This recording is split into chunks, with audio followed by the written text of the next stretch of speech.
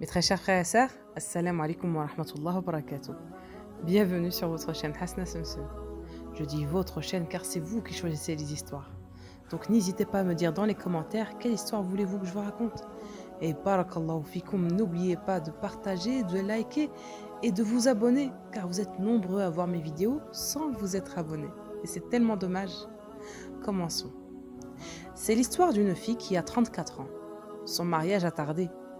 À 34 ans, elle n'était toujours pas mariée. Et puis, finalement, quelqu'un s'est présenté à elle et elle était bien sûr très contente. Pour elle, c'était une occasion en or, pour ne pas dire la dernière occasion. Elle s'est donc beaucoup intéressée à cet homme. Mais elle a remarqué que la maman du fiancé n'était pas très contente. Le fiancé avait à peu près le même âge qu'elle. Du coup, ils étaient tous les deux pressés de se marier. Ils ont fixé une date pour le mariage. Mais plus le jour du mariage approchait, plus la maman du fiancé avait l'air mécontente et frustrée. Puis, juste avant la date du mariage, la maman du fiancé a demandé d'organiser une réunion. Elle voulait que tout le monde soit présent. Elle, son fils, la future mariée et sa maman. Elle a rassemblé tout le monde dans une même pièce. Puis, elle a fait une chose qui a brisé les cœurs. Pendant qu'ils étaient tous assis dans le salon, elle dit à la future mariée « Je n'ai pas encore vu ta pièce d'identité. Peux-tu me la montrer s'il te plaît ?» La fille n'avait pas compris. Elle lui a demandé « Y a-t-il un problème ?» La mère du fiancé lui a dit « Je veux juste la voir. » La fille lui a donné sa carte d'identité. La mère du fiancé a lu la date de naissance marquée dessus, puis elle a dit « Oh là là, tu as 34 ans? Ah, non, non, non, non, non, je ne savais pas que tu étais âgé à ce point. J'aimerais que mon fils épouse une fille plus jeune que lui de 5 ans et pas une femme de 34 ans, car j'ai envie d'avoir des petits-enfants, tu sais. » Puis elle a pris son fils et ils sont partis. Son fils l'a suivi sans dire un mot.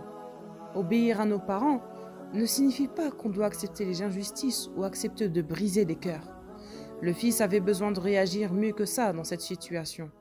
Mais il a suivi sa mère et ils sont partis. La pauvre fille est entrée dans une dépression très grave. Elle a déprimé pendant très longtemps. Puis elle a décidé de partir faire une umrah, petit pèlerinage. Ses parents l'ont poussée à y aller, l'histoire de soulager sa douleur. Elle est donc partie faire une umrah. Elle a beaucoup pleuré. Elle a fait beaucoup d'invocations, beaucoup de dua, beaucoup de prières. Et elle a beaucoup répété le verset du Coran qui dit « Ne désespérez pas de la miséricorde d'Allah ». Puis elle a fini son petit pèlerinage et elle est rentrée chez elle. Pendant qu'elle descendait de l'avion, en voulant prendre ses valises, un homme est venu l'aider. Elle a senti qu'il était très poli. Elle a récupéré ses valises, puis elle est partie. En sortant de l'aéroport, elle a trouvé sa sœur et le mari de sa sœur qui l'attendaient. Elle est montée dans la voiture, puis le mari de sa sœur a dit « Attendez juste un peu, car un de mes amis était dans le même vol, on va le déposer. » Et qui était cet ami? C'était l'homme qui l'avait aidé avec ses valises. Il est monté dans la voiture et ils ont fait connaissance, puis ils se sont mariés. Et la grande surprise, c'est qu'elle est tombée enceinte d'un triplé. Pas un, pas deux, mais 3 d'un seul coup.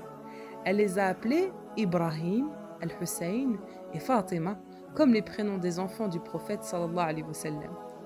Cette fille est heureuse dans sa vie, mais il y a une autre surprise que je n'ai pas racontée. L'homme qui l'avait abandonné s'est aussi marié, mais il n'a pas eu d'enfant jusqu'à maintenant. Il a découvert qu'il était stérile.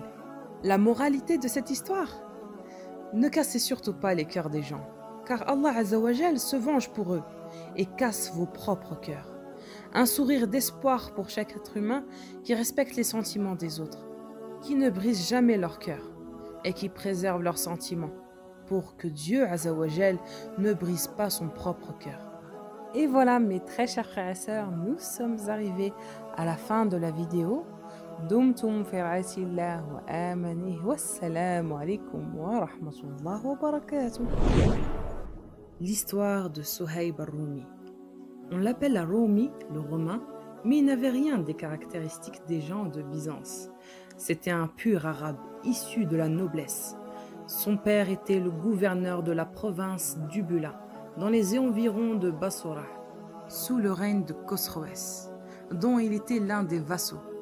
Suhayb al-Rumi était l'enfant préféré de son père.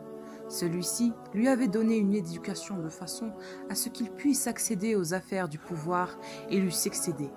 Mais le destin en décida autrement.